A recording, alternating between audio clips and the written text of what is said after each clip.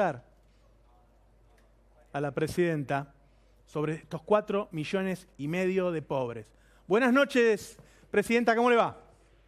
Bien, buenas noches, Navarro, ¿cómo le va? Bien. Empiezo con esto que estoy hablando, no sé si lo estaba viendo o si se lo comentaron. No, soy sincera, recién acabo de ingresar hace un rato.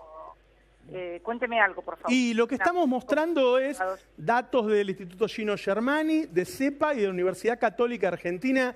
Presidenta, 4,5 millones de pobres nuevos hasta mayo. En 6 meses de gobierno se generaron 4,5 millones de pobres. En general están hablando que pasó de 11 millones a 16 millones, una cosa así. Es un récord. En el primer semestre de 2002, después de la crisis de 2001, no se habían generado tanto. ¿Qué piensa? ¿Por qué ocurrió, Cristina?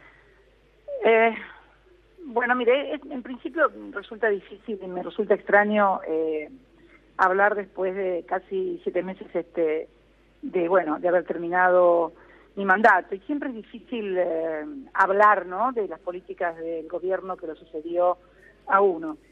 Yo creo que estos nuevos pobres y además la situación en general de la sociedad es producto un poco de las políticas que se han venido aplicando. Ha habido una inmensa transferencia de ingresos de un sector, digamos, clase media, trabajadores, pequeños y medianos empresarios, a los sectores más concentrados de la economía, específicamente el sector primario concentrado y también el sector financiero.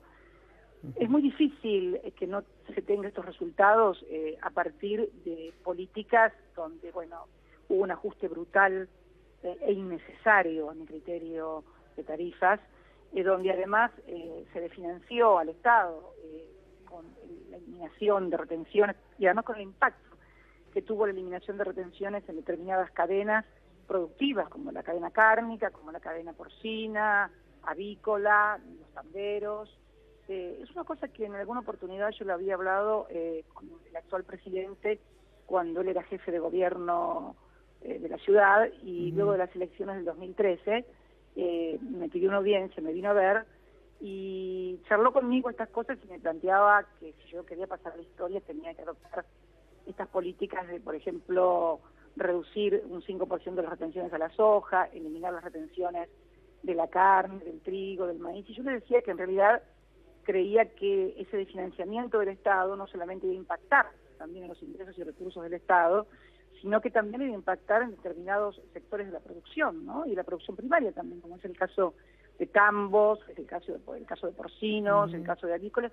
Pero bueno, son ideas que obviamente están convencidos de que por ese es el camino y lo siguen adelante y creo que con los resultados que tenemos hoy, que obviamente los paga la sociedad, ¿no? Creo que estos datos, tampoco vamos a hacer un inventario de pobres, a ver si son 11, son 12, son 4. Lo cierto es que hay una notable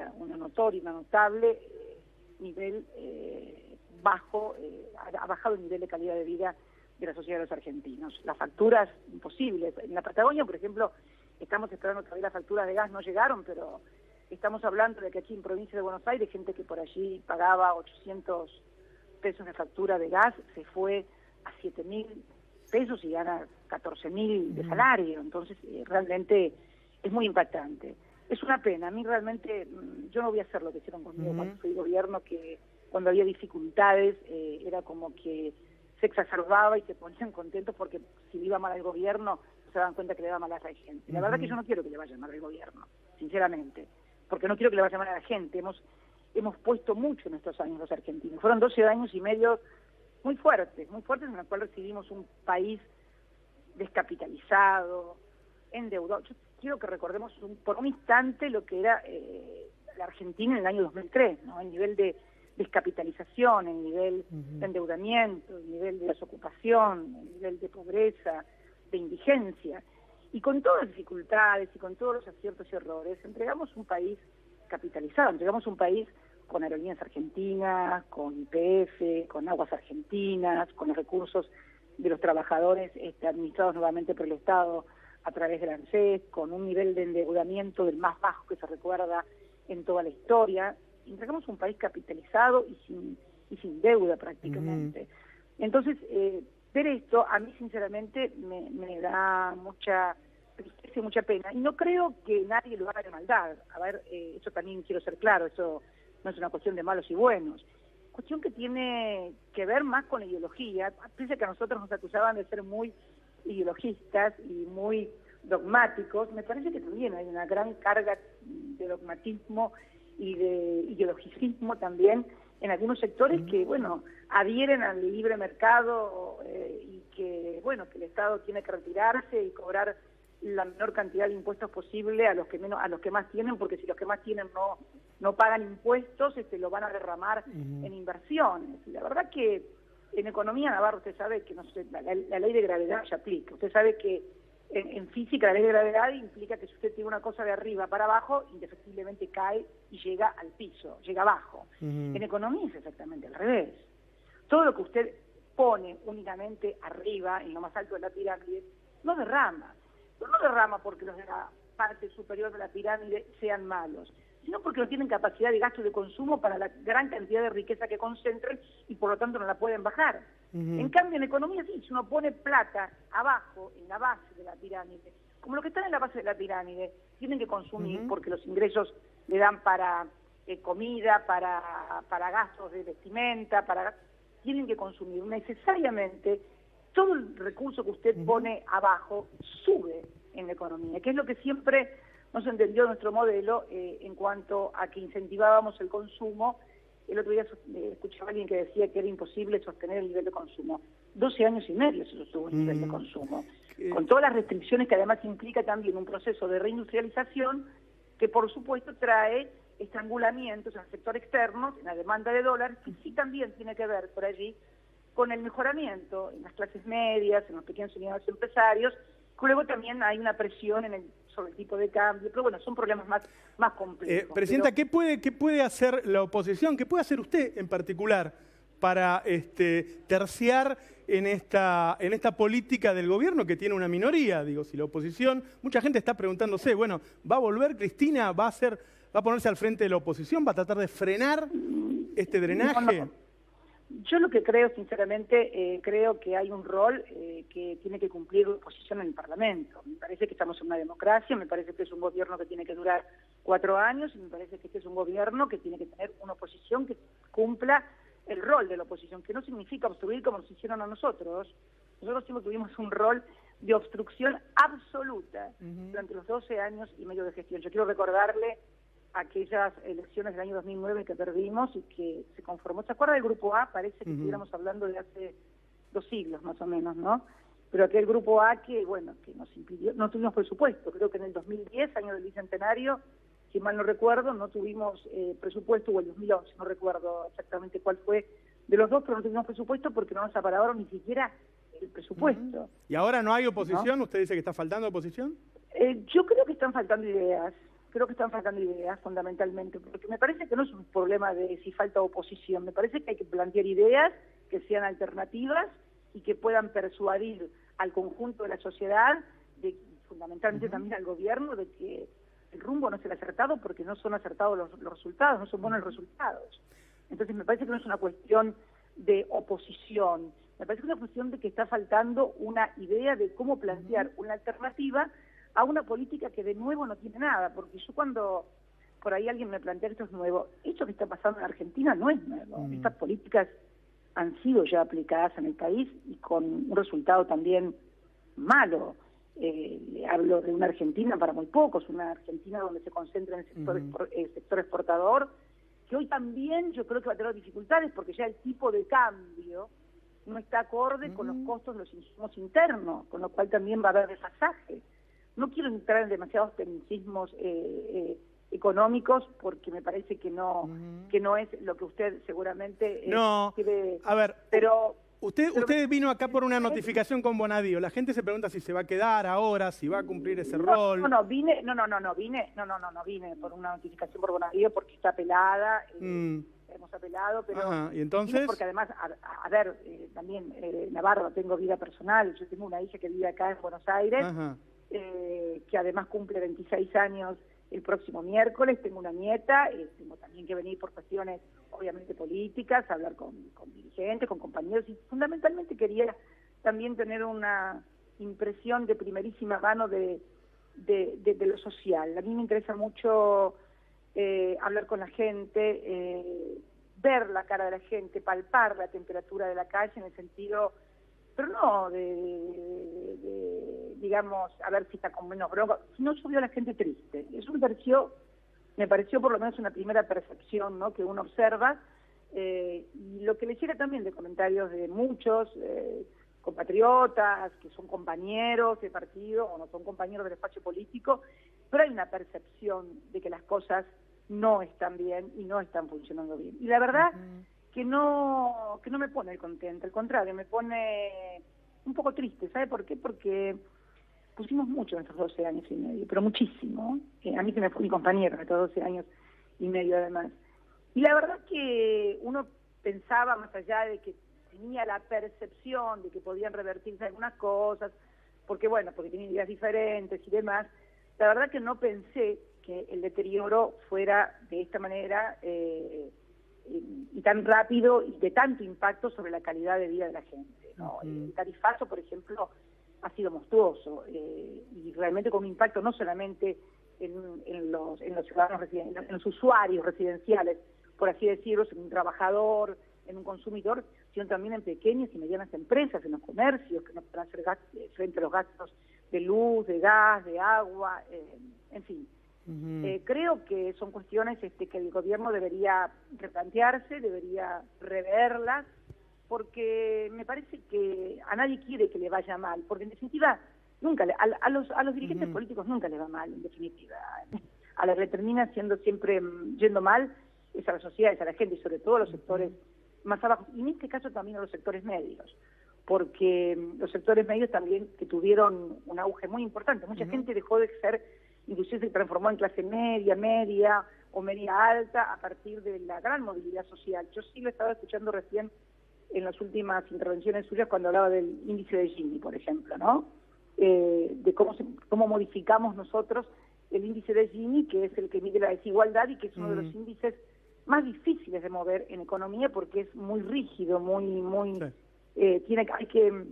hay que trabajar mucho sobre la movilidad social y sobre los recursos, sobre los ingresos, para que realmente haya modificaciones importantes. Y hemos logrado una modificación muy importante. Por eso creo que la reflexión que me cabe, después de haber sido durante 8 años responsable de conducir los destinos del país, son estas, ¿no? Que creo que es realmente una pena. ¿Usted siente que es perseguida por los medios, por los jueces, por el gobierno? No, yo no siento, yo soy, no es una sensación térmica como la temperatura, es claro y es evidente. Lo decía el otro día cuando compartía en las redes sociales que debo ser el único caso de una persona que está siendo investigada por 2 jueces federales de Comodoro Pi, exactamente por la misma causa y por el mismo objeto, donde además realmente a mí me gustaría, con todo esto que está pasando, y es una cosa que estoy trabajando y voy a proponerle al juez de la causa, que se haga realmente una auditoría de la obra pública realizada durante nuestro gobierno. Yo quisiera una auditoría realizada sobre la obra pública que comprendiera y que fuera hecha por consultoras, sociedades públicas, privadas, que se pueda hacer perfectamente. De la misma manera, yo que el Consejo de la Magistratura ahora ha decidido una suerte de auditoría sobre los juzgados federales en los últimos 20 años. Bueno, yo creo que tenemos que hacer una auditoría, porque ¿sabe qué pasa? Esto de decir alegremente hay sobreprecios en la obra pública, o decir, por ejemplo, la mentira inventada de que a partir de que alguien le alquila a usted un inmueble, esa persona, porque es contratista del Estado, está usted pagando un sobreprecio en una obra pública a partir de contratos de inmuebles, realmente disparatado, nunca visto en el mundo. Estamos hablando de un plan de obra pública de miles de millones de dólares, ejecutados en una parte por el gobierno nacional en forma centralizada, licitado, adjudicado y ejecutado, y otra parte no menos importante, licitada, ejecutada y adjudicada por gobiernos provinciales y por intendentes, porque los recursos venían del mismo lado. Entonces me parece a mí que actuar con tanta liviandad y pensar que alguien, a partir de un contrato de un inmueble, puede recibir beneficios por sobreprecio de obra pública o no entiende nada, o realmente tiene una mala fe. En el caso de los Sauces y de Otesur, en donde hay alquileres con Lázaro Báez y con Cristóbal López, que fueron contratistas del Estado o lo siguen siendo, ¿por qué le pagaban alquileres a usted? O sea, se dice, bueno, le alquilaba habitaciones a Lázaro Báez y después Lázaro Báez no usaba. Perdón, Navarro, yo no alquilaba habitaciones a nadie. Yo alquilo inmuebles. Mire, quiero contarle un poquito porque me parece que es una buena oportunidad. Me parece que yo antes de que Néstor fuera siquiera intendente, nosotros teníamos más de 20 propiedades inmuebles. Siempre nuestras inversiones han sido vinculadas a los ladrillos, en inversiones en inmuebles y en ahorro en plazos fijos. Nada sofisticado, nada raro, nada extraño. Alquilar inmuebles, obtener una renta de esos inmuebles, administrarlos, etcétera. Pero yo nunca alquilé habitaciones de hoteles. No, yo alquilo inmuebles.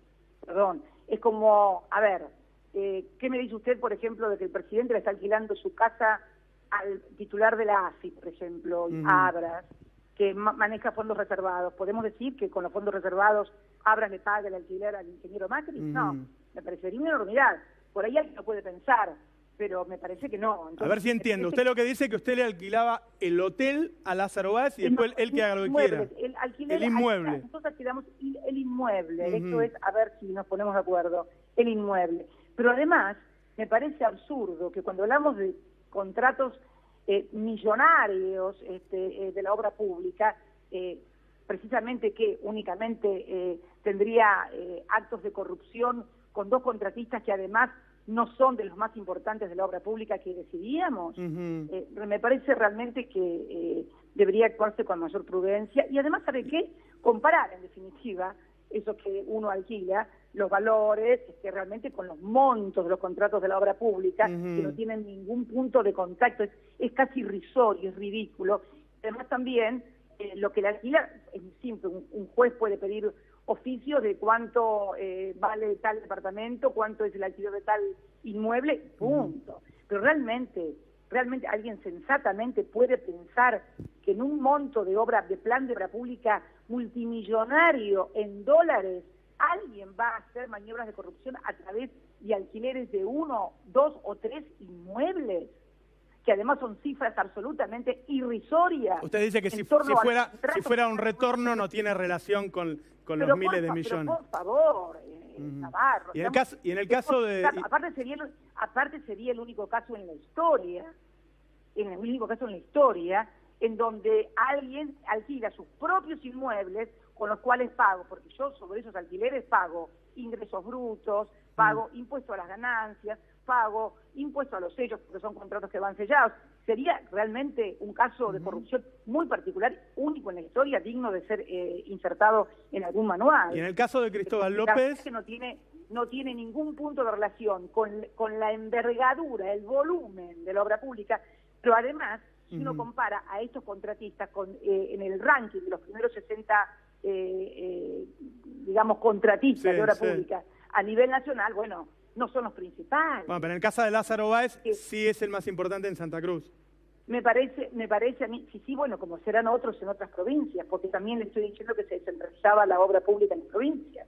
Por eso le digo que el 60% de la obra pública nacional se ejecutaba en forma descentralizada. Me interesa mucho, si me puede aclarar, cuando usted propone lo de la auditoría, para a ver si lo toma el gobierno, ¿a qué se refiere en particular? ¿A dónde el gobierno no lo tiene que tomar el gobierno. ¿Cómo va a tomar el gobierno una auditoría la cuando justicia. Hay contratistas que son amigos también de ellos? No. ¿Cómo va a tomar el gobierno una auditoría si acaba de firmarse un decreto hace menos de un mes? Usted sabe que se firmó un decreto de 691/16 que establece un régimen de redeterminación del precio de la obra pública. Para decirlo en castellano y que lo entienda usted y todo el mundo. La obra pública, usted sabe que se va a redeterminar los precios porque cuando hay una obra pública un tiempo paralizada o hay procesos inflacionarios, evaluatorios, hay que ajustar los costos. O sea, todas las obras que quedaron pendientes, que estaban en ejecución, algunas con alguna deuda y demás, tienen que ser redeterminados los montos. Bueno, ¿cómo van a ser redeterminados esos montos? Bueno, con este decreto 619 donde se fija un régimen de determinación. Ahora, ¿se imagina lo que va a ser esos regímenes de determinación si nos hacemos eco de lo que dicen algunos sectores? que había sobreprecio en la obra pública, quiere decir que entonces van a redeterminar sobre obras públicas que estaban sobrevaluadas. Me parece que a partir de las acusaciones que hay y a partir de las decisiones que ha tomado el gobierno en cuanto a redeterminación de obra pública, lo que hay que hacer es una auditoría de corte para determinar exactamente si hubo sobreprecios en toda la obra pública, cómo se fijó ese sobreprecio y quiénes fueron los beneficiarios de ese sobreprecio, si realmente se quiere saber. Ahora, si se quiere hacer una casa de brujas contra Juan, Pedro, José y Diego, bueno, sigamos así. Pero ¿sabe qué? Me parece que no, porque es muy evidente y es muy grosero. Es más, hace unos días vi que el gobierno nacional le ha asignado a través de un DNU una importantísima partida en miles de millones de pesos para el soterramiento del Sarmiento. El soterramiento del Sarmiento fue licitado durante nuestras gestiones. Y una de las condiciones de quien ganaba la licitación era que tenía que traer financiamiento para realizarlo. Hubo una UTE en la cual intervino una importantísima empresa que era la tercera contratista del Estado y que no es precisamente ni amigo mío, ni tiene ningún contrato de alquiler conmigo, sino que es primo hermano del presidente, junto con otras empresas de origen brasilero. No se consiguió nunca que pusieran el dinero del financiamiento y por eso la obra se demoraba. Ahora se le otorgó, sin llamar a una nueva licitación, financiamiento del Estado Nacional, cuando las condiciones de la licitación establecían que tenían que ser sí o sí con financiamiento externo. ¿Cómo se va a redeterminar esta obra, el precio de esta obra? Pregunto yo. Una obra que fue licitada hace muchos años y a la cual ahora se le han asignado miles de millones de pesos. Por eso creo que urge a la transparencia, ya que están, algunos dicen, tan preocupados por la transparencia, de hacer realmente una auditoría de la obra pública. Se puede hacer perfectamente, porque si alguien puede decir que hay un sobreprecio es porque sabe el método de cómo determinar ese sobreprecio y cómo analizarlo. Si no, es simplemente un difamador profesional. Así que creo que... Usted lo conoció, lo conoció desde Santa Cruz, tengo entendido, a José López. ¿Usted tiene alguna teoría de qué se trata? O sea, apareció el secretario de Obras Públicas de su gobierno, que estuvo durante los 12 años tirando bolsos de dinero por arriba de un paredón. ¿Debe tener usted algún diagnóstico de qué se trató eso? Mira, yo creo que lo dije y lo comparé con una trompada en el estómago y también dije que palabras tales como repudio, rechazo, indignación y todas las cosas que se te puedan ocurrir no alcanzan para definir lo que uno siente frente a eso. Pero precisamente también ese hecho es un coadyuvante a hacer urgentemente esta auditoría. Hoy leí también, o ayer leí, que la casa en la cual aparentemente el exsecretario tenía el dinero pertenecía a una empresa, Farallón, creo, no sé, no la conozco, me suena mucho, no la conozco, donde decían que había hecho también emprendimientos de Procrear en San Nicolás, en Tigre, que está, bueno, te comento que Procrear no estaba en la órbita de la Secretaría de Obras Públicas, por ejemplo. Procrear era ANSES, y un representante del Ministerio de Planificación y otro representante del Ministerio de Economía que participaban en lo que era la obra de Procrear, pero sí también sé que esa empresa había formado parte de una UTE junto con Nicolás Caputo en la construcción del emblemático Museo de las Malvinas. Creo que también lo informa esto el diario.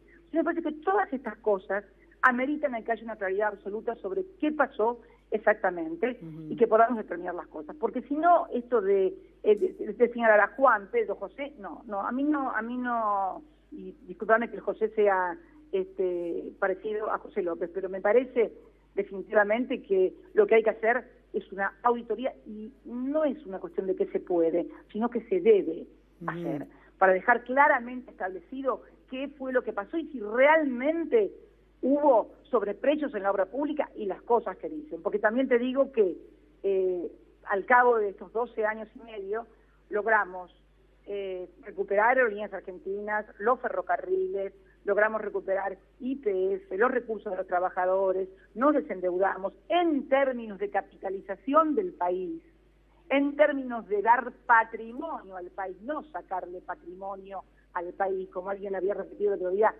no sé, robaron PBI, pero por Dios, nunca ningún gobierno en las últimas décadas ha dejado un país con el grado de capitalización que lo dejamos nosotros, concretamente, con el más bajo nivel de endeudamiento. Eso también es capitalización, porque si ahora te podés endeudar, si ahora te prestan y te podés endeudar, es porque no tenías deuda.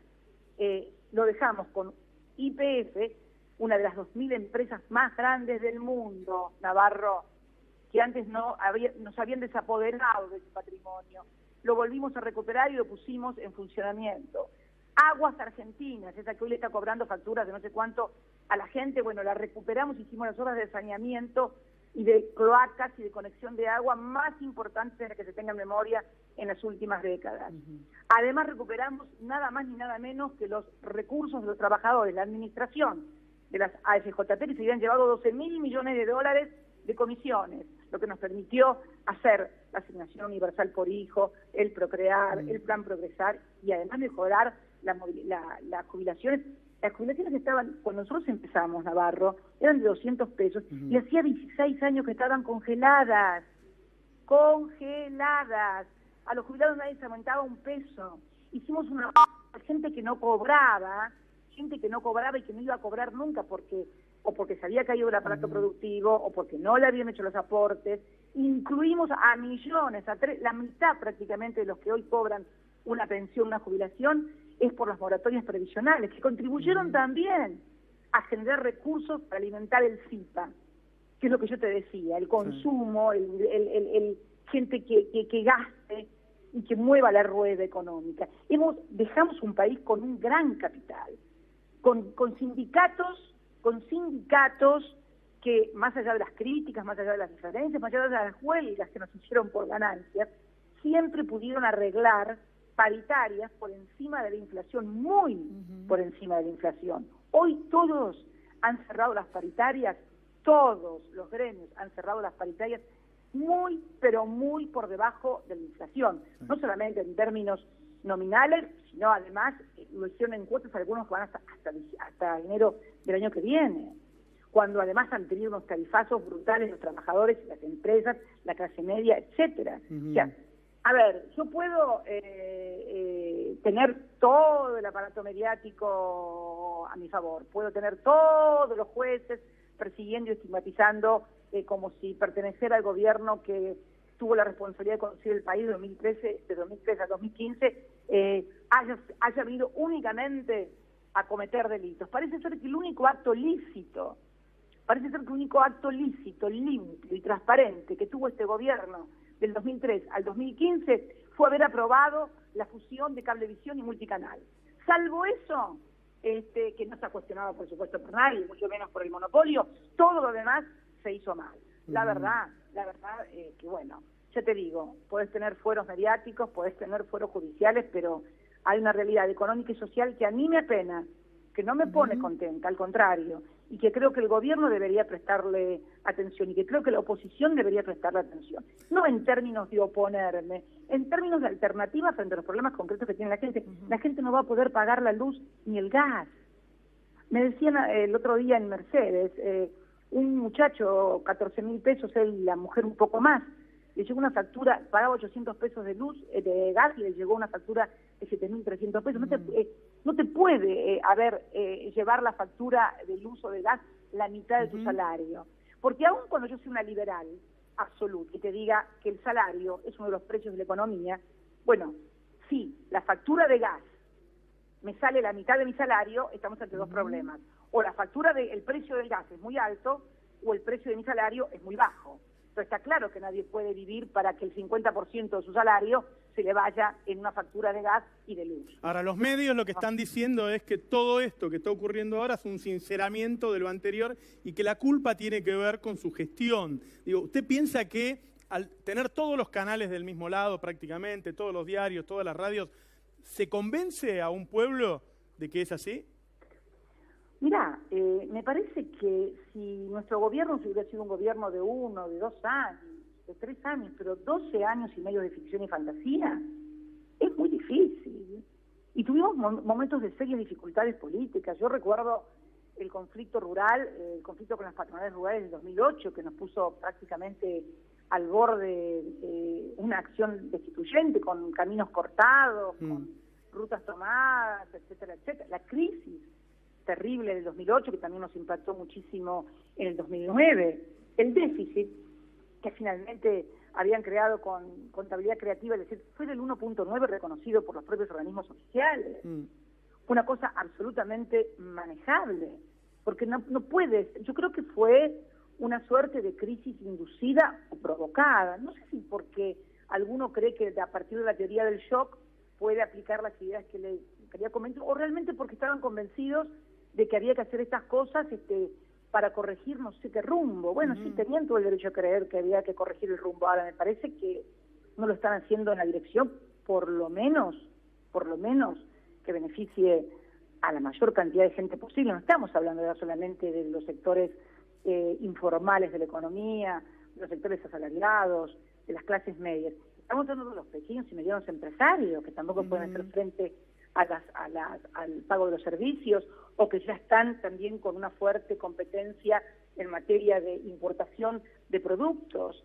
Yo creo que deberían repensar algunas cosas, me parece que es lo que yo haría, lo repensaría, porque creo que sería una pena perder una oportunidad. Además es un mundo complicado también, Navarro. Vamos hacia un mundo complicado, un mundo donde hasta hace poco tiempo, que es lo que yo veo también, una clase política argentina muy endogámica, muy mirándose el ombligo, muy no hablando de lo que pasa en el mundo, ¿no? Yo cuando veo lo que pasó con Inglaterra en el Brexit, a ver, el Brexit yo creo que marca definitivamente el regreso a un mundo unipolar. ¿Por qué te digo esto? Porque durante el tiempo que nos tocó vivir a nosotros como gobierno, 2003, se estaba conformando un mundo más multipolar.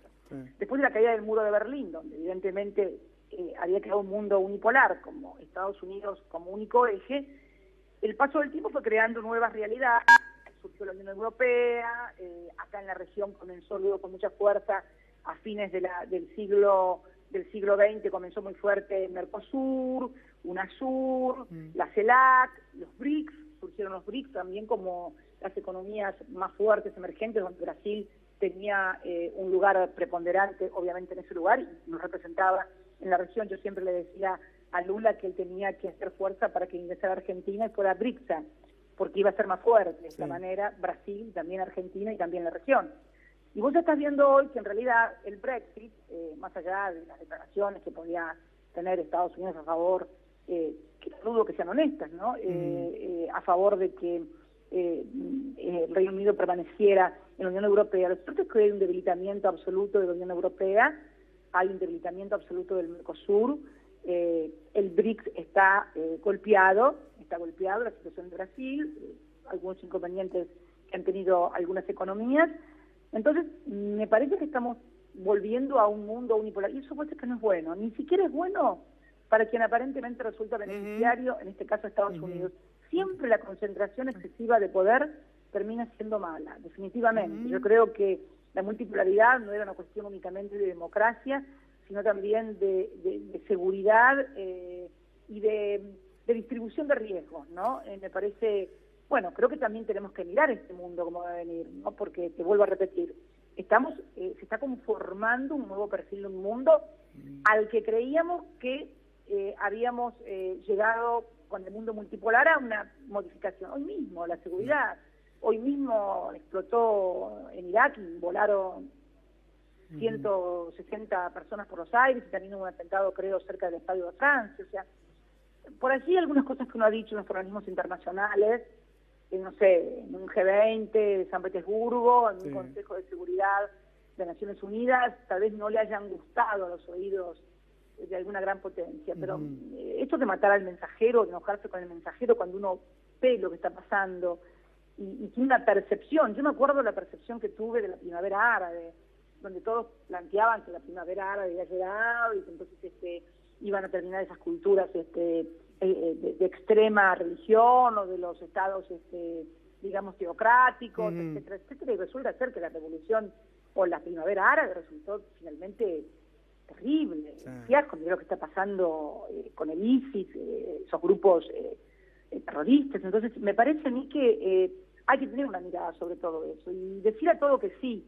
para quedar bien, y bueno, sí, podés quedar bien. Y la región, y la región, Presidenta, lo que está pasando con Dilma, digo, ¿piensa que se va a derechizar la región? Mira, lo que está pasando con Dilma es una consecuencia de esto que te estaba diciendo antes. Yo creo que han surgido, es muy claro, es muy parecido Brasil, Argentina, el surgimiento de un partido judicial, de un partido mediático muy fuerte. Esto no creamos que es una originalidad argentina ni brasilera, sí. Son cosas enlatadas. Si vos ves las movilizaciones, las consignas, los ejes discursivos y mediáticos sobre lo que giraba el ataque a nuestro gobierno, sobre los ataques que gira al gobierno de Brasil, lo que pasó con Evo Morales en Bolivia, es muy similar, inclusive se ven personajes similares en uno y otro lado, ¿no? Con distintos nombres, con distintos modismos propios de cada país, pero me parece que es un modelo de intervención en la región.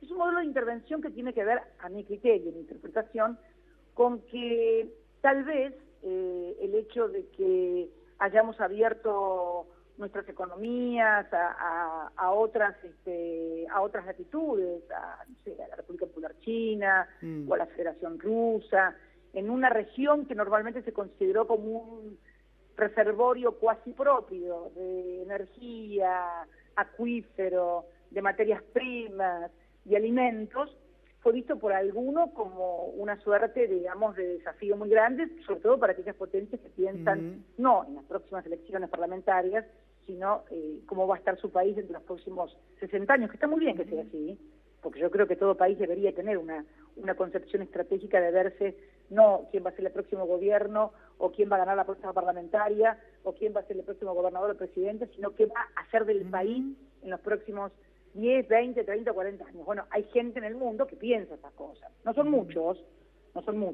El problema es cuando esos intereses estratégicos en su visión de desarrollo y de supervivencia lo creen o confrontan y piensan que el desarrollo de los países que están en una región que les parece que es propia puede ser atentatorio contra el desarrollo o de su propia economía o de su propio interés como potencia geoestratégico, ¿no? O sea, son cosas que hay que pensarlas y mirarlas porque... ¿Y Macri en la Alianza del Pacífico en Chile entrando a esa alianza? Creo que, mira, no creo ni que el problema sea entrar o salir de la Alianza del Pacífico, sino qué es lo que querés hacer con el país y cómo lo vas a hacer jugar en la Alianza Estratégica Regional, con Brasil, en fin, con todos los países de la región, con la UNASUR, con la CELAC, y además en el mundo también. ¿Cómo lo vas a posicionar frente a China, frente a otros países, frente a la Unión Europea? Me parece que no es una cosa de juego con este y me peleo con todos los demás del barrio. Me parece que no es así. ¿Se puede hacer eso? ¿Se puede tomar esas decisiones políticas con un gobierno de CEOs, de gerentes, de gente que viene de empresas? Está hablando de alta política. Es difícil porque me cuesta creer que quien toda la vida ha pertenecido al mundo de una empresa, por ejemplo, ha sido CEO o tiene acciones de una empresa, pueda desprenderse de los intereses de esa empresa. A mí me cuesta. A ver, ¿por qué tengo que suponer que alguien que tiene intereses concretos en una empresa multinacional y tiene acciones va a ser lo suficientemente independiente si alguien está suponiendo que porque conozco a alguien que es un empresario, ya eso, el solo hecho de conocerlo me coloca en situaciones sospechosas, sin tener que ver nada con su empresa, ni nada con su compañía, ni nada con su actividad económica? Si esto parece sospechoso, ¿qué me puede parecer a mí que alguien que decide políticas en un país, energéticas, por ejemplo, sea al mismo tiempo accionista de unas principales empresas de energía del mundo? A ver, que me parece que es más lógico que yo piense mal, que alguien piense mal de mí porque soy amiga de Juan, o porque conozco a Pedro, o porque conozco a José, porque soy de la misma provincia. Me parece que hay una suerte de medición o de vara muy desigual, interesadamente desigual, mediáticamente desigual, de analizar las cosas. Pero bueno, la gente tampoco, con todos los problemas que tiene, de sobrevivencia, de subsistencia, de trabajo, de ingresos, ponerla también a pensar en geoestrategia, en qué pasa, bueno, digamos que eso es una obligación de quienes por lo menos se autotitulan dirigentes. Sí, ¿no? hay una preocupación de mucha gente de que usted vaya presa, Cristina. ¿Usted piensa que puede suceder eso? Mirá, son los riesgos que toma quien ha tomado las decisiones en materia de... ¿Vos creés que, por ejemplo, haber decidido recuperar la CFJP, haber decidido recuperar YPF, haber decidido recuperar el poder adquisitivo de los trabajadores en paritarias libres, haber decidido, por ejemplo, que lo que reclamaron los organismos de derechos humanos toda la vida, que era precisamente el juicio y la responsabilidad de quienes cometieron el genocidio de la dictadura, ¿vos te crees que todo eso no tiene un precio? Yo sé que todo tiene un precio. Y cuando uno toma esas decisiones, si yo hubiera hecho lo que hicieron otros, seguramente no tendría problemas. De hecho, de la Rúa no tiene ningún tipo de problemas. Sin embargo, terminó con el megacanje, el corralito y 30 muertos en la Plaza de Mayo. 30 muertos que no fueron accidentales, porque no es que se fue cuando se armó lío, no. Cuando se armó lío decretaron el estado de sitio. Yo estaba en el Congreso cuando nos notificaron que habían firmado el estado de sitio. Estaba en el Congreso sentada como senadora cuando empezó la represión en Plaza de Mayo, 19 y 20 de diciembre, perdón. Entonces, me parece que, bueno, viste, y ahí andas por la vida sin ningún... Vos imaginate que yo hubiera sido responsable de un gobierno con 30 muertos en la plaza. Bueno, esta fue una de mis... ¿Ves? A lo que sí le tenía miedo eran esas cosas yo. Yo tuve mucho miedo, no mucho miedo, mucha tensión, si te gusta más, cuando era presidenta, de que en una manifestación, en una movilización, por eso siempre dentro del año 2003 a la fecha, la policía iba de contención, de prevención, sin armas, en fin, siempre tuve, y vos fíjate que cuando pasó el episodio del chico de Ferreira, que no fue tampoco una cuestión de represión, porque fue una cuestión que además fue juzgada, castigada, y que no se dio con las fuerzas de seguridad, esto, como siempre digo yo, ¿no? Esa bala rozó un poco el corazón de Néstor también, porque estaba como loco. Porque era una cosa, una karma que teníamos nosotros, un karma eso de no cargar con la vida de nadie en un acto de represión, aun cuando por ahí en muchas actividades hubiera desmanes, hubiera agresividad por parte de los manifestantes, pero preferíamos cargar con la agresividad de los manifestantes y no con la agresión de las fuerzas de seguridad, ¿no? Porque cuando se pierde una vida en eso, el daño, además de la pérdida de la vida, es un daño irreparable, me parece, a la democracia, ¿no? Esa es la percepción que teníamos nosotros. Si uno se levantaba siempre, con atención, a los pocos días de salir del quirófano con mi cabeza, tuvimos el levantamiento de todas las policías, o de varias policías en todo el país, en algunos casos con muertos, hubo en Córdoba episodios graves realmente, que vistos en perspectiva, está claro que fueron armados, presionados, también atención de por ahí, movilizaciones, huelgas, por el impuesto a las ganancias. Entonces, uno cuando mira esto en perspectiva dice, la verdad que pese a todo, ¿no? Pese a todo, pudimos sobrellevar una oposición muy dura, durísima, pudimos sobrellevar actos, realmente actividades desde huelgas por la ganancia o cortes de calles por cosas, y la verdad que, eso sí lo vi con mucha atención. Lo otro son los avatares de la política cuando vos decidís representar determinados intereses. Si vos representás los intereses de las minorías y no tocas ningún interés, no te pasa nada, absolutamente nunca nada. Esto está comprobado. Le transmito algo que me dice mucha gente, y es que sienten cierta orfandad, que se sienten como solos, o sea, la gente que no está de acuerdo con Mauricio Macri, que le están pasando todas estas cosas, que está perdiendo derechos, que está perdiendo poder adquisitivo, y que además tiene miedo de que usted vaya presa. Digo, es muy desesperanzador eso. Mira, yo creo que nadie debe sentirse... Yo no sé si a veces, el día 9 de diciembre, cuando me despedí de esa plaza maravillosa, me parece que fui muy clara, y creo que nadie debe esperar mesías ni salvadores, no hay ni apellidos ni nombres salvadores. Me parece que hay construcciones colectivas que se van dando en una sociedad en determinados momentos, y yo aprendí hace muchos años, pero muchísimos años, que nadie puede constituirse en vanguardia de nada que la sociedad no quiera ser. ¿Entiende lo que digo? Sí, lo que pasa es que también usted sabe mucho de política y la gente quiere un líder. Y él quiere acá el líder, no en Santa Cruz, por ahí.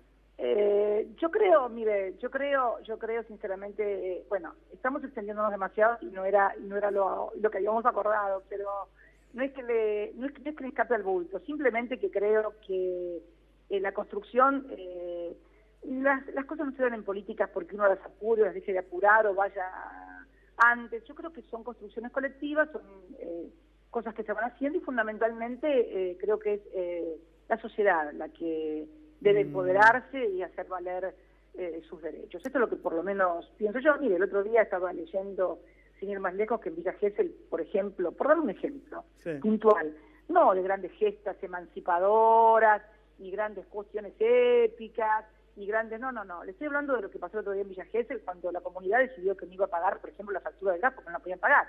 Bueno, es una decisión que no necesita ningún liderazgo, no necesita y nadie, simplemente sentido común, organización de la sociedad, y bueno, y llevar las cosas adelante, porque realmente creo que si quienes tienen responsabilidades institucionales desde la oposición no lo hacen, bueno, finalmente de algún lado siempre surge la gente que lo hace, porque en definitiva, a ver, no es una cuestión de que si me gusta hacer esto o no me gusta, o me parece que es muy cara la luz y porque me parece que es muy cara, o el gas no lo pago. No es que no lo pago porque me parece que es muy caro, me parece que por ahí no lo pago porque no puedo pagarlo.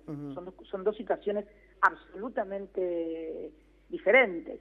Y me parece que la gente sin calefacción no puede vivir, por ejemplo. Aparte creo que se toman decisiones sin conocer exactamente el país. Por ejemplo, yo no estoy en Buenos Aires, pero en mi casa de Santa Cruz la calefacción sigue encendida. ¿Sabés por qué tiene que seguir encendida la calefacción? Idea. Porque las temperaturas son bajo cero.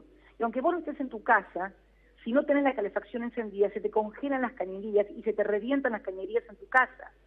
Vos sabés que, por ejemplo, en Santa Cruz, en pleno invierno, cuando tenés temperaturas bajo cero, tenés que dejar corriendo el hilo del agua para que no se te congele en la cañería el agua. ¿Sabés que los tanques de agua no son como los que vos ves ahora cuando vas a los barrios acá en Capital Federal o en Gran Buenos Aires, que ves el tanquecito arriba de la casa? Vos en el sur no vas a ver ningún tanque, están todos en el entretecho los tanques. ¿Por qué están en el entretecho? Porque reciben el calor de la calefacción para no congelarse el agua en el tanque. Con lo cual vos tenés que dejar la calefacción en tu casa, no por ahí como cuando estás vos, que la tenés más calientita porque no te morís de frío, y no porque estés en remera, porque estoy en suéter adentro de mi casa, sino porque realmente necesita tener una temperatura ambiente, porque afuera hay 4, 5, 6 o 7 grados bajo cero, entonces necesitas tener adentro una calefacción por sobre cero para que no se te congelen las cañerías. Yo te cuento una anécdota. En el año 82, y esto termine y me despido, por favor. En el año 82, lo recuerdo muy bien porque fue el año del obtenimiento de la actividad política después de Malvinas, y habíamos salido a afiliar muy fuerte, y tuvimos un invierno muy duro. Yo tuve un accidente, inclusive porque tenía un escarche, casi me mato en el auto, y me acuerdo que congeló la cañería abajo del pavimento, la cañería que ingresaba a mi casa. La casa que ahora vive Máximo, es una casa que era donde vivíamos nosotros antes de irnos a la gobernación. Bueno, la casa que ahora vive Máximo, que la amplió y la modificó, esa misma casa se quedó sin agua porque abajo está del frío y la cañería no estaba a unos 20 centímetros abajo del pavimento, que se nos congeló y hubo que picar el pavimento. ¿Escuchás lo que te estoy diciendo? Tuvimos que picar el pavimento para descongelar la cañería porque nos habíamos quedado sin agua, aún con calefacción dentro de la casa, de las bajísimas temperaturas que teníamos afuera. Ahora, si vos todavía viviste en Capital Federal y el único lugar con nieve que conoces es cuando vas a esquiar, bueno, entonces es probable que creas, y esta gente, pero por favor, si te pones un buen suéter, te pones frente al hogar un chocolate caliente, entras en calor enseguida. Pero cuando vos no vas a la nieve porque vas a esquiar, sino porque vivís en medio de la nieve, bueno, la cosa es distinta. La cosa es distinta. Es una cuestión de timing, es una cuestión también de conocer, de saber, de haber vivido. Me parece que no es tan complejo después de todo, ¿no, Navarro? Pero digo, para no dejar un mensaje tan desesperanzador. No más. La gente va a estar mal, digo, no hay una posibilidad de que cambie el gobierno y haga otra cosa, ¿qué es eso? Mira, las esperanzas siempre es lo último que se debe perder. Y es lo último que un dirigente, cualquiera sea el lugar que ocupa, debe perder, porque me parece que es la obligación de todo dirigente alentar a la gente y darle esperanza. Yo le dije alguna vez, cuando alguien me dijo en un programa de televisión hace muchísimo tiempo que él era escéptico y no creía, y que él como intelectual tenía el derecho de no creer y de dudar y no tener esperanza. Bueno, yo dije, bueno, mire, usted tendrá el derecho como intelectual, pero ¿sabe qué? Yo hago política, yo tengo David de Viñas. creer, de pensar. Sí, creo que fue él, creo Sí. que fue un programa de cambiar, de que se puede cambiar y que se pueden hacer las cosas. Y bueno, ¿por qué no podemos tal vez pensar que cambiemos pueda cambiar? Cristina, muchas gracias por este reportaje. Gracias, buenas noches. Buenas noches. Bueno, fue Cristina Fernández en el primer reportaje que da desde que se fue de la Casa Rosada y en uno de los pocos reportajes, la verdad, que ha dado la presidenta mandato cumplido Cristina Fernández. Digo, a ver, ahora está Víctor Hugo Morales esperándome, enorme gentileza de venir a acompañarme en una noche como esta y vamos a analizar lo que dijo la presidenta. Digo, en principio, recordemos que pidió una auditoría de toda la obra pública en Argentina de todos los últimos tiempos. Es decir, le está pidiendo a la justicia, bueno, ustedes dicen que yo tuve algo que ver con esto, auditen toda la obra pública. Hizo una comparación interesante entre los supuestos retornos por alquileres de hoteles y qué sé yo, y el tamaño de la obra pública de 10 o 12 años, que fueron como 200.000 millones de dólares, que por ahí sirve para sacar alguna conclusión, decir, bueno, si hiciste obra pública por 200.000 millones de dólares y me dieron 2 millones de dólares, no parece razonable, no parece un retorno. Digo, habló de incapacidades, dijo, bueno, no es que sean malos, tienen esa idea, ¿sí? Y se refirió de esa manera al gobierno de Mauricio Macri. Digo, en un minuto tenemos que ir a una tanda porque si no el director me va a matar. En un minuto vamos con Víctor Hugo Morales. Vamos a ver algunas de las principales cosas que dijo Cristina Fernández.